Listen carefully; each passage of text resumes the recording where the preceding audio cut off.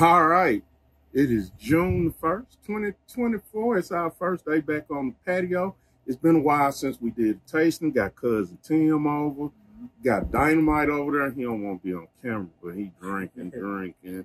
But we going to include him in the tasting because it's important. Yep. And man, I ain't did this in a while. We got 40 we're going to try today.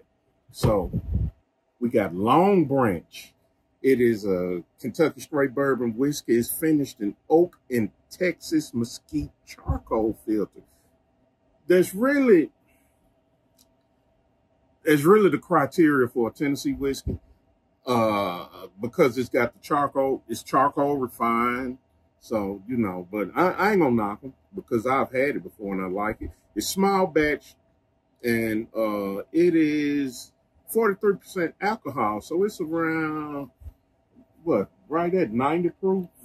You're right at 90 43 or 45. It's 43. This one say 43%. So it's right at 90 proof. Yeah, just about. And it's a Wild Turkey brand.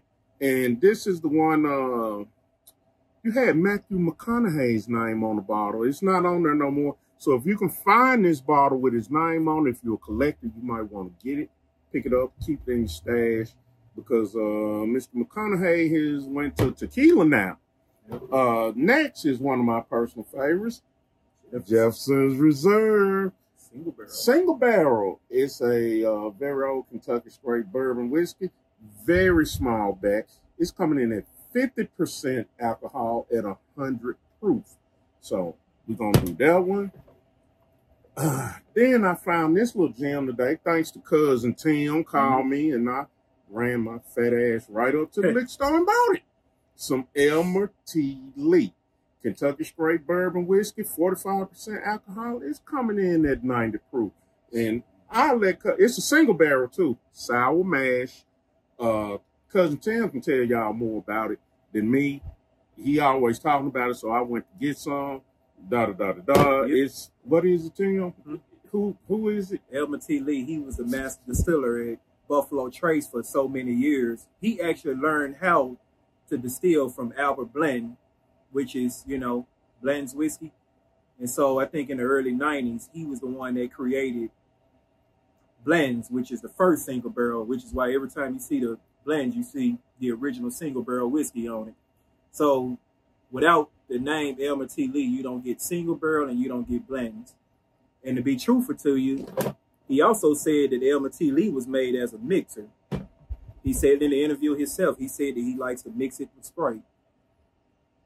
Yep. I don't condone mixing good whiskey with sodas and Sprites and shit. But hey, if that's what you want to do, it's your juice. You do what you want to do with it. Yep. And last but not least, one of my personal favorites, Uncle Nearest Single Barrel. Yes. Coming in at 59.1%, 118.2 proof.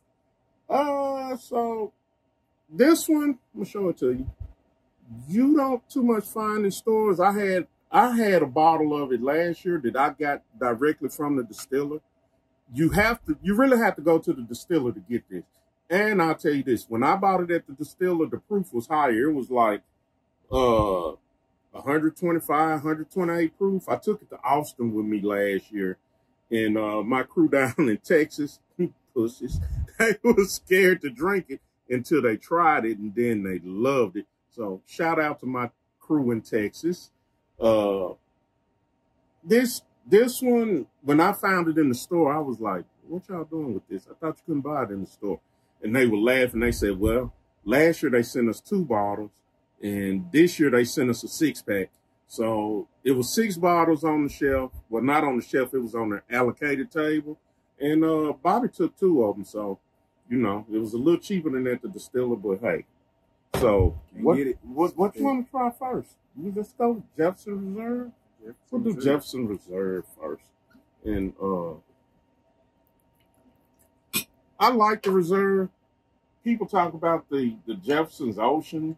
I think it's a gimmick. You and Dynamite? Because he don't want to be on camera, but we still want his opinion. You might hear his voice and I'll put some kind of thing on it. So Anyway, this is the Jefferson's Reserve. Yep.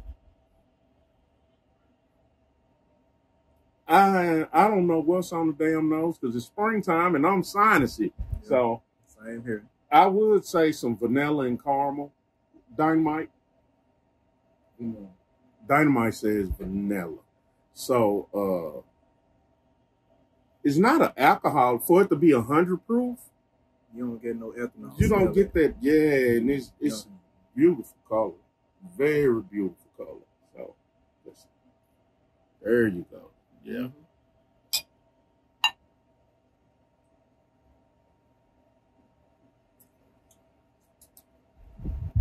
That's too good. It's almost like candy. It almost is. It's almost That's like candy. I don't know if it's because I'm outside and it's going to change the environment, the taste of it, but I'm getting a fruit taste to it at the end. Kind of. Yeah. You need some water?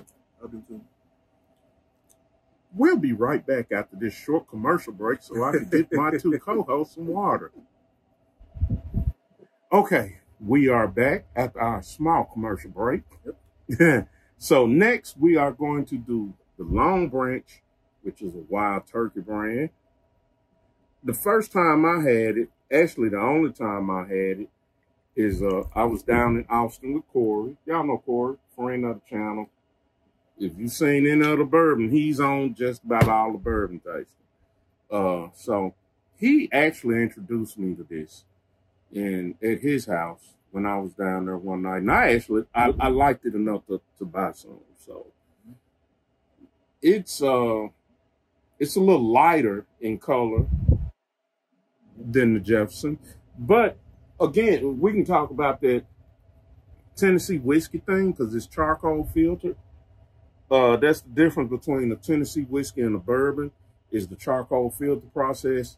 In Tennessee, they use a sugar maple tree, which I know somebody gonna say, Bobby, you said charcoal. Charcoal is made from wood. Petrified wood. Petrified wood. Come on, people. Elementary science class, pay attention. But anyway, seriously, the Tennessee whiskey, the Jack Daniels and the Uncle Nearest, usually they use a sugar maple tree for the charcoal filtration. The sugar maple tree is native to Tennessee as well. And that comes from, you know where? Nearest. It's an African tradition. Oh, yeah, African tradition, West Africa. There you go. So with the Long Branch, the reason I say the Long Branch is made on the style of a Tennessee whiskey is because they do the same thing, but they use mesquite wood. Mesquite is, I don't know if it's native to Texas, and I didn't look it up first, but I know it's big in Texas. So I will call it a Texas whiskey since it's charcoal filtered with mesquite wood. It burns harder than any other wood. Yeah, and it's strong too. Very strong. It's very strong. Very strong. I wouldn't smoke with it, not my butts. It's mostly for grilling. Yeah. If you're gonna grill hot and fast, you can use it, but I wouldn't do no long smoking with it. So more of a vanilla. Mm-hmm. More of a vanilla too. You think more vanilla? Here we go.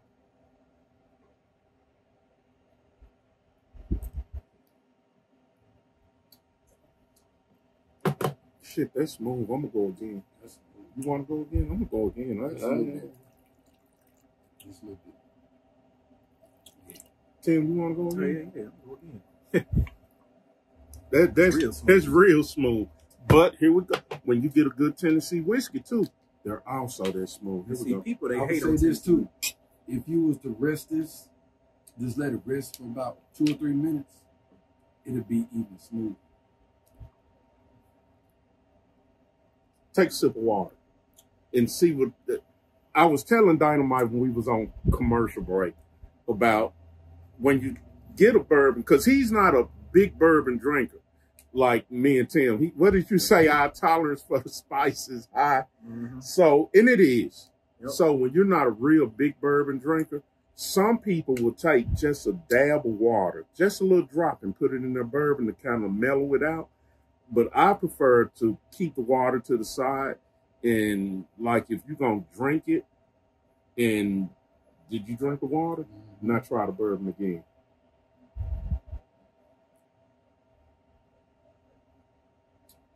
Can you tell the difference? Dynamite says it's a lot smoother. And once you start drinking more and your palate becomes sophisticated, you can really get, it opens it up from what I was told. And it does. You can taste more of the oak and everything else. But I'm going to hit it again without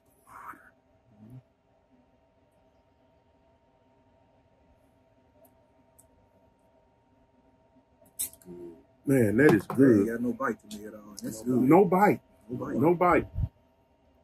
So we're going to, in tradition, we're going to rinse our glasses out before we go to our next selection.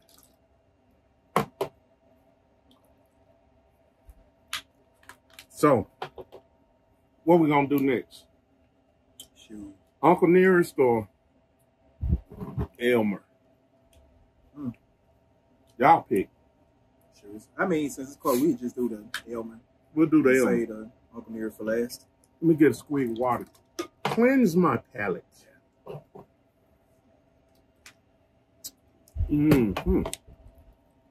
So, we had an Elmer T. Lee. It's a single barrel, sour mash, Kentucky straight bourbon, coming in at 45% alcohol by volume, 90 proof. So, this is an allocated bottle. I guess you would call it allocated. It's very allocated. You don't just walk into the store and normally see this. And like I said, he called me and told me, and we live around the corner from each other, and we go to the same store. And when he called me, I got my ass up and I went straight up there and got it. Yep. So, here we. It's a little darker. You can smell the alcohol on this. Yeah, you can definitely smell the alcohol on this. It's a little fruity smell to it. Derek says it's got a fruity smell to it. It does. I can't tell. I'm sinusy, so I'm just drinking. Here we go.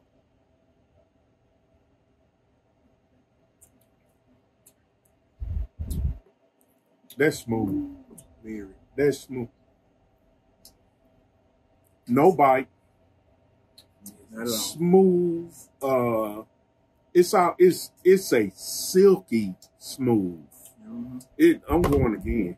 Y'all, I don't know. Y'all You keep in mind, if you've had blends before, then you've had Elmer T. Lee, because they come from the same mash bill at Buffalo Trace. They call it mash bill number 2. That's for. You want to go again, or you good? Okay. I would say this. That's good with a cigar.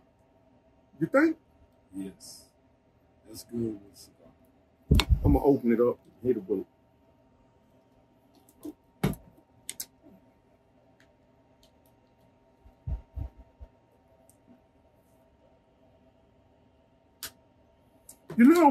It's like it's a party going on in my mouth.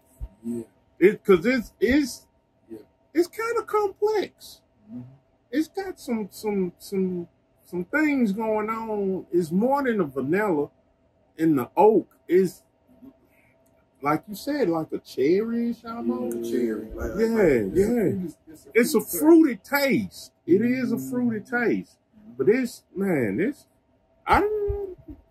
some bottles I tell you I wouldn't buy again. This one I definitely buy again. And it came in a bundle with the Jefferson's Reserve, which I was very familiar with that. Yeah. It came in a bundle. And it seemed like you paid primary prices for it, because on the secondary market, those bottles go for at least $250. That's on the secondary market. Yep. That's one thing I like about buying from Natalie's. They actually sell they allocated bottles at the MSRP and not on the secondary. Yeah. They don't try to jack you. Because when they had Stag Junior, you know how much Stag was there? I missed that one. And you called me. Yeah, and Stag you was called actually, me. On the primary market, Stag is actually $199 for that. But shoot, on the secondary market, they get up at least $500 for a bottle. Absolutely. Absolutely. You know what else gets high? The Blue Note juke joint, uncut, unfiltered. And I learned that being in a few bourbon groups that there was an accident. Oh, excuse me. If you're not from down south, oh, excuse me, we get cheap down here. And I'm talking like below $40 cheap. Yeah. It's ridiculous that it's such a good bourbon, and I got some upstairs. I should have brought it down. We got it by caseload. And we get it, yeah, now we're starting to run out because it happened by accident. It was a storm that blew off a warehouse and messed up a rick house from my understanding. But it was being in the South, because every time I go to the liquor store here, I always find people that are not from Memphis. They literally drive up from places like Texas. Some come from Oklahoma. They come from Georgia, because it's either us or Nashville outside of Kentucky that's closest. They drive up here because we got all the good bourbon here in Memphis. And I'm pretty sure it's the same thing with Chattanooga as well, but definitely Memphis though. Believe it or not, people literally take their off days to come up here and drive. We are close to the Bourbon Trail. We're on the Bourbon Trail. We're on the Bourbon Trail.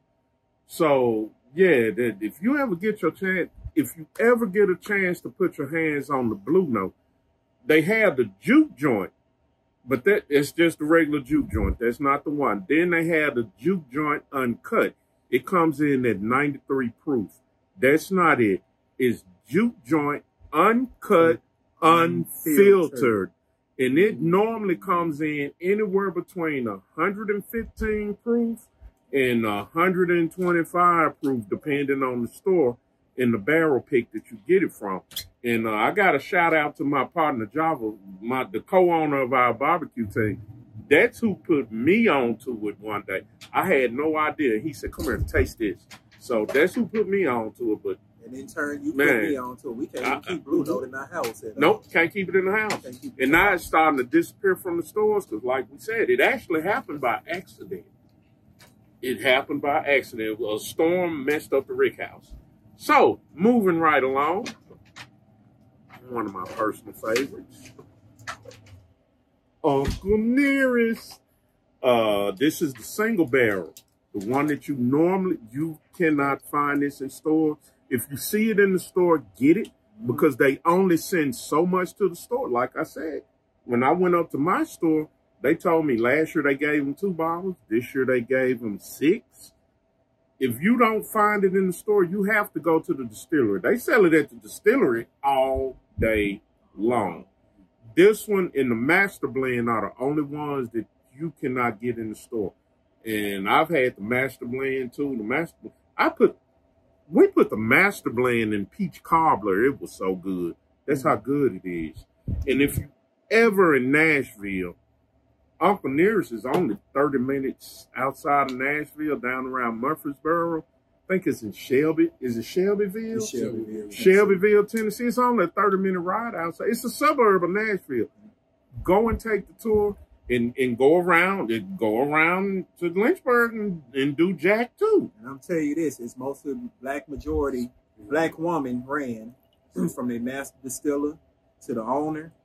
The master distiller is actually a descendant of Uncle Nearest that I learned on the tour. She had never distilled whiskey in her life. Well, she's not the master distiller. She's the master blender. The master blender. And she never blended whiskey in her life. I think they said she was a tax attorney by trade. And it was in her genes that they brought her in and she just knew. And so I actually have some bottles that I bought from up there that she signed and that the owner signed. So this is a Tennessee whiskey.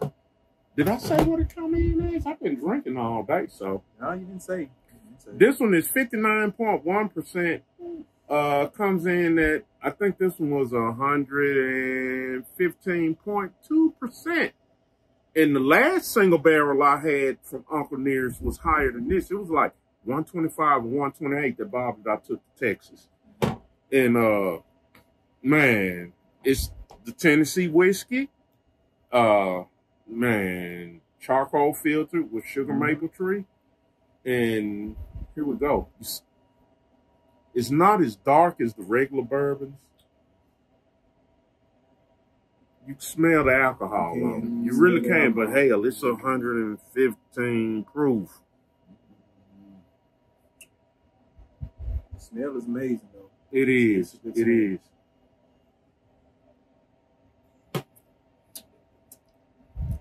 Ooh. It's flavorful. It's flavorful. Very small bite on the end.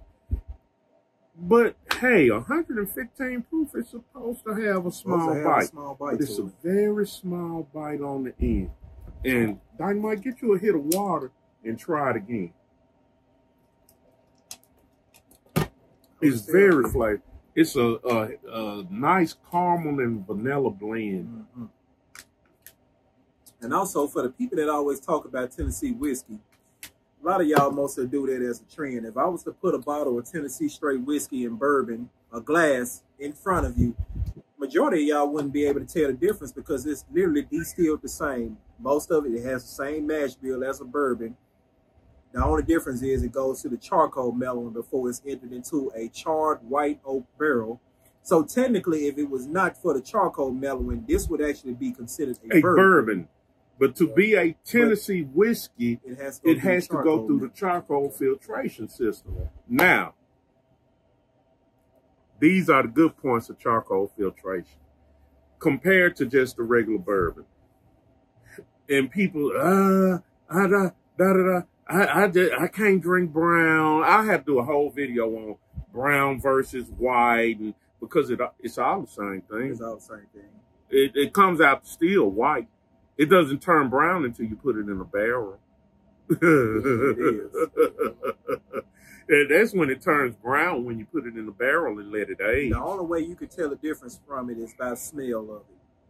Because bourbon has it, because, well, it's not bourbon, but White Dog is what bourbon is before it gets aged. Oh, I got some of that upstairs. That Buffalo Trace? Yeah, White Dog. Corey love that shit. I got some upstairs. You may as well buy a barrel and age it yourself and turn it into bourbon. Mm-hmm. But anyways, before bourbon is going into a barrel, it's called White Dog. And, you know, it's literally moonshine. It's literally moonshine. It's literally moonshine. Until it goes into that charred oak barrel. And the craziest part about it was before you had the Bottled and Bond Act, 1897, what they used to do, because they didn't feel like aging it sometimes, they used to pour it into a bucket, into a charred wood bucket. They switch it around a little bit and then add a little bit of dye to it and call it bourbon.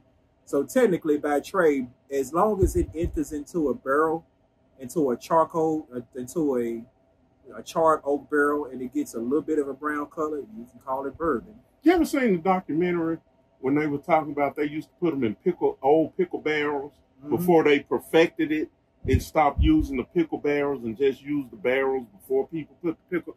It's an interesting documentary. If I can find it, I'll do a video, short video, and put the link to it. But it's an interesting video. But see, reasons like that is the reason why you had the Bottled and Bond Act, right? When That's you why. See some bourbons that has Bottled and Bond on it, which is created by E.H. Taylor, which is another. They would put the bourbon in anything to age it, the bourbon or the whiskey in anything to age it. It was like it was like the Wild West of bourbon and whiskey making before they started Bottled and Bond and just using the oak barrels without having any other foods in them beforehand. But yeah, when you Colonel Taylor, you speak of Tennessee whiskey, if you've ever had bourbon and you I can't drink that brown because I get hungover and da. First off, stop mixing it with soda. It's already got enough sugar in it. That's what hangs you over. Next, the additives. And you're going to get some additives as long as they're not heavy. We talk about that in tequila. That's a whole nother video we're going to talk about when we do tequila. But in bourbons, you're going to have some additives. They have some additives in it. With Tennessee whiskey, what a lot of people that drink Tennessee whiskey know, when you drink a Tennessee whiskey, you're not hungover. You remember last year when... You are not hungover. But why? because the charcoal filtration process pulls all the impurities out. So you don't get that bad. I'm not saying you're not gonna get fucked up. You're gonna get fucked up. You remember last year? You're gonna get fucked up. At Didi's gender reveal, we sat on my back patio and we drank that whole bottle of Old Dominic. We sure did. We did. And we sure did. We floated the bottle. We floated the bottle around between. It was me, him, and a few other people. We drank the whole thing. A whole bottle of Old Dominic Tennessee whiskey. You kind of felt it, but it didn't leave you as hungover as something like no hangover. All that sickness, that throwing up, or just lagging the next day where you were just tired. Well, none of that. None of that. That's what the good Tennessee whiskey does. That's what the charcoal filtration does. It pulls the impurities out, so you don't get all that. I'm gonna hit this again because this is one of my favorites. It's not my favorite. I really don't have a favorite. I have favorites. So this is one of my favorites. I wouldn't put this in the everyday pour category. Negative. So I talked about this before, right? When it comes to when you start getting into good bourbon, just bourbons in general, you always gonna need something. Is what I call an everyday pour, a weekend pour, and a celebration pour. So for that, your everyday pour can be something, not a cheap whiskey, but something inexpensive, like in the $25 to $35 range. It could be like Buffalo Trace, Maker's Mark, or the regular Blue Note. Uncut, that's the 93 proof. Just anything in like the $25 to $35 range, or hell, even $40, something you can pour every day after work. I make the Blue Note uncut, unfiltered. That's an everyday pour for me because I don't like the regular juke joint. I'm not gonna lie, I don't like the regular juke joint. The French oak one is like it's blah. It's blah. It's blah. It's blah. But they did remember the one I had? That the cast finish. Yeah, man. Goodness. That was so good. God, that was so good. I wish I had another bottle, but hey, we drank it up. That's what you're supposed to do. You can't say bourbon, like we out this first day we were out on the patio. Really, you remember what them distillers from Pappy Van Winkle said? You don't never save good bottles. Yeah, you don't say good bottles of bourbon when you got your friends around, your good friends. You're supposed to drink it, and we gonna drink it. About 2 weeks ago, I was at Derek's house, and we floated a bottle of tequila, just me and him. We'll talk about that later. And hey, did you have a hangover? No hangover. No hangover. That was some good tequila. Which one? The Me Familiar? Yeah. We floated a bottle at the barbecue competition. Wait a minute. Was it me? What did we have? Sam. What tequila did we have at the barbecue competition? Me Familiar. New Me Familiar, the one with the top on it. That's right. Java brought it. Java brought his Me Familiar, and we floated it, and we floated a keg too. It's getting dark. We running out of light, and I didn't bring my light out. I'm slipping. I'm sorry. Forgive me. Forgive me. I'm slipping. I didn't bring my light out, but. We got the grill going. You probably hear it in the back, the pellet grill. Don't talk about my pellet grill. I love my pellet grill. Now, listen, here's the deal with pellet grills, right? These are for people like me and Bobby that actually know how to control a fire on an offset smoker or manually cook. The pellet grills are for people that know how to do that, all right? So people who have earned the right to be lazy. Because I still have an offset, I have a gravity cooker, and we do have a trailer on a grill on the trailer. So we know. We know. And plus I'm a power maniac. I like to play with fire. I'm mastering, the long smokes on the Weber kettle. I've been using that a lot lately. Mm-hmm. So the snake method. The snake method. That's one of the best, and it's foolproof almost. So I'm gonna do better this summer. I'm gonna do more barbecue videos. We're gonna do more bourbon videos. We're going to do more tequila videos. We're going to do some cocktail videos too, because I made, what did I make today? I made some peach whiskey smashes today, and I did some peach margaritas today. So look forward to that. I'm going to do better. I promise y'all, I'm gonna do better. Those are summertime drinks. Yeah, those are summertime drinks. So I promise y'all, I'm gonna do better this year. I'm gonna stop being lazy. It's getting dark. I'm gonna sign off. I hope y'all like it. Don't forget to like and subscribe, and we'll see y'all later. Cheers. Cheers.